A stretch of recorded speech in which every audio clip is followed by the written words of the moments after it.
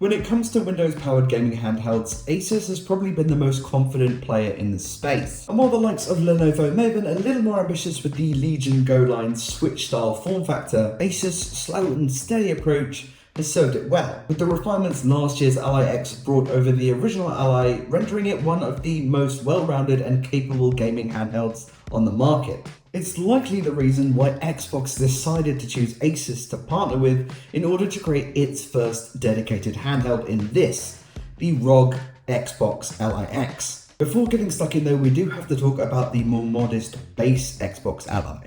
Like the Xbox Series S to the X, it comes in white instead of black, and compared to its beefier sibling, uses a much more modest Ryzen Z2A processor, which looks to be more of an overclocked version of the Steam Deck's Van Gogh APU. You also get less and slower RAM, half the internal storage, no impulse triggers, no Thunderbolt 4 port, and only a 60 watt-hour battery. And while I didn't get to test the model out for myself, those that did basically said that it isn't worth the cash and you'd be better off just buying something like a Steam Deck and saving yourself a little extra money. Add that X on the end, however, and it's a different story. The most obvious change at face value is the form factor, with physical grips sprouting out the sides of the previous gen's more self-contained design, supposedly modelled after an Xbox Series controller, but I wouldn't go that far. The steeper angle isn't quite as comfortable as a dedicated controller, but I do think it's a marked improvement, especially for longer gaming sessions, with that positive instead of negative geometry helping reduce wrist fatigue. It also meant I just didn't notice the heavier weight as much as I thought I would. But the trade-off is an even longer handheld than before, making it a little less portable. Aside from inexplicably flipping the menu buttons, the rest of the hardware placement is otherwise the same as on the previous Ally X, and that's generally no bad thing.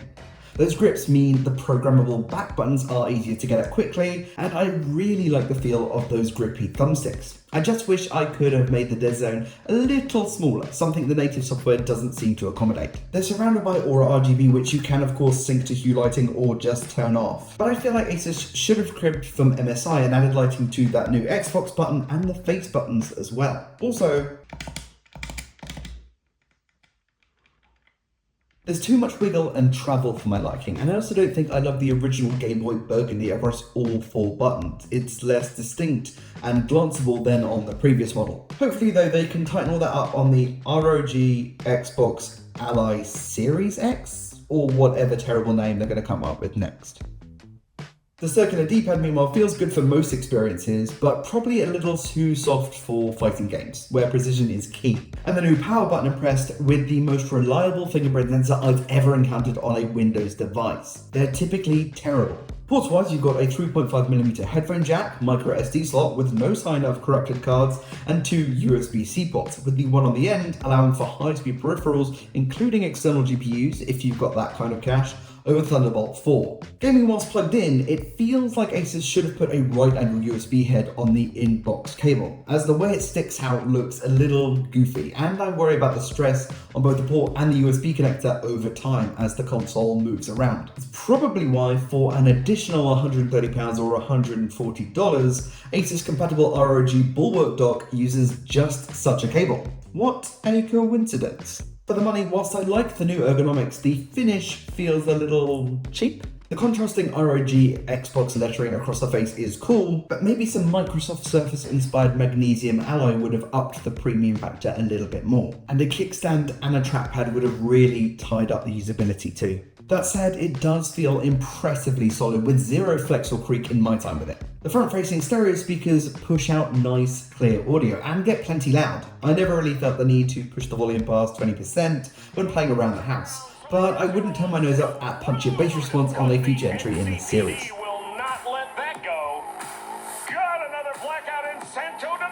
You once again get quad motor haptics too, with the top motors right behind the Hall effect impulse triggers. And generally the effect is fun, even if full compatibility is limited to about 120 titles right now. Whilst testing, there was one hiccup that I did have to let Asus know about though, with the bottom motors sometimes seemingly coming loose and changing what was usually a subtle buzz to, well, this.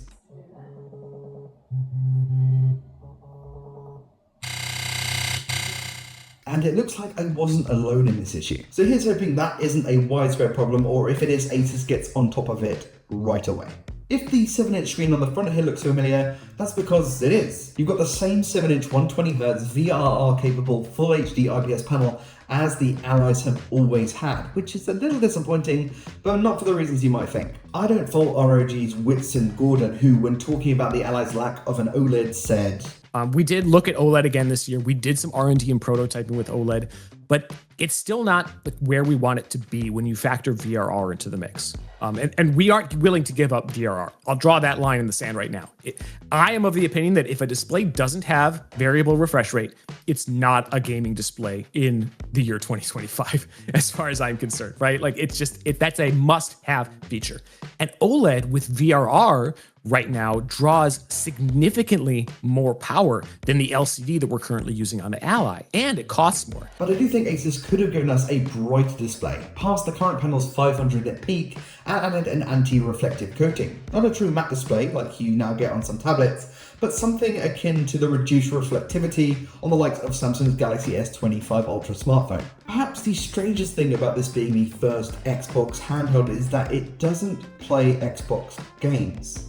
At least not those intended for the last generation of dedicated Xbox hardware in the Series X and S. This being a Windows 11 based handheld, you can play Xbox Play Anywhere games, Xbox Game Pass titles, and stream entries that support Xbox Cloud Gaming. But that means a wealth of especially older made for Xbox games are just left out in the cold. On the flip side, you do of course gain access to Windows versatility, and the new Xbox full screen experience does a solid job of consolidating games from other launchers like Steam, EA Play, Ubisoft Connect, and more. In fact, the whole experience right from setup has been reworked to trim out as much of the Windows 11 rigmarole as possible, so you should only really be interacting with Xbox branded UI elements from the get-go. There's also the behind the scenes benefit of 2 GB of system memory being freed up compared to stock Windows 11, which means you don't have to be as sparing when you reallocate beyond the console's default 8 GB of VRAM. Turning this thing on takes about 20 seconds from pressing the power button to hitting the Xbox full screen experience, and resume is pretty instant too, although you do sometimes have to wait a few seconds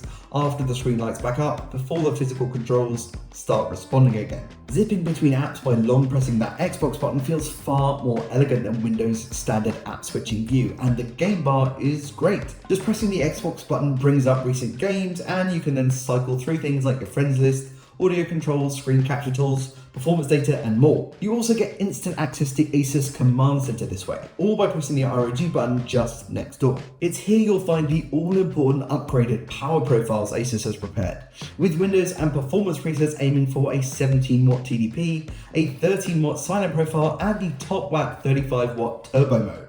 While no plan is off limit whether you're on mains or battery, plugging the Xbox Ally X in will automatically switch to turbo mode, whilst unplugging it seems to jump back to whatever the last profile you had enabled was.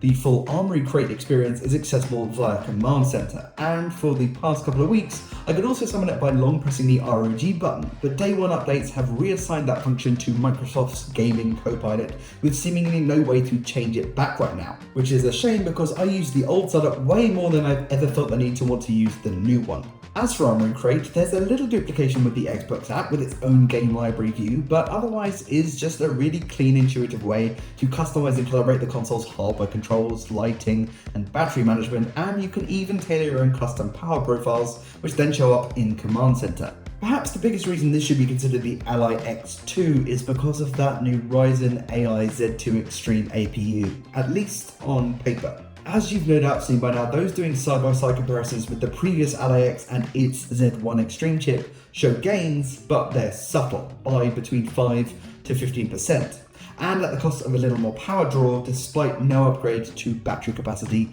at 80 watt-hours. From my testing, if you want to run high-end games at the screen's native 1080p resolution, rely on assistive features like frame gen where possible, as they definitely help grease the wheels, especially when drawing a lower TDP. Cyberpunk at 1080 with a dash of ray tracing averaged 50 FPS in turbo mode and resulted in a little under 2 hours of playtime. Drop that down to the 17W performance mode with the same settings, and despite losing 5 to 10 frames, you're still getting a wholly playable experience, but an hour more battery. If anything, you can expect more of a difference with less demanding titles and lower TDP modes, with Silksong set in silent mode putting out a smooth 120 FPS while also serving up 6 hours of playtime on a charge. Battery life is the form factor's biggest adversary right now, and I can't really recommend you look at any Windows-based options with anything less than what's currently in the Ally X right now. As before, Asus pairs the console with a 65-watt in-box charger, which they claim gets you back to 100% in 19 minutes, but in my tests, ran closer to 2 hours. Charge does still go up when gaming in turbo mode, but if you want to get the best out of the console's charging performance, you'll have to fork out a little extra cash for a 100-watt power adapter. Speaking of cash, the $1 million question, or rather $1,000 question, is it worth it? In countries like the UK, where this doesn't cost any more than the previous Ally X, I'd say yeah. Not if you currently have the previous Xbox ROG Ally X, of course, but if you're coming from the original Ally with lesser RAM, storage, and literally half the battery capacity, this is going to feel like a huge upgrade. The gap's not quite as big with the likes of MSI's Intel-powered Core 8 AI+, but I'd favour the more refined ergonomics and software experience here.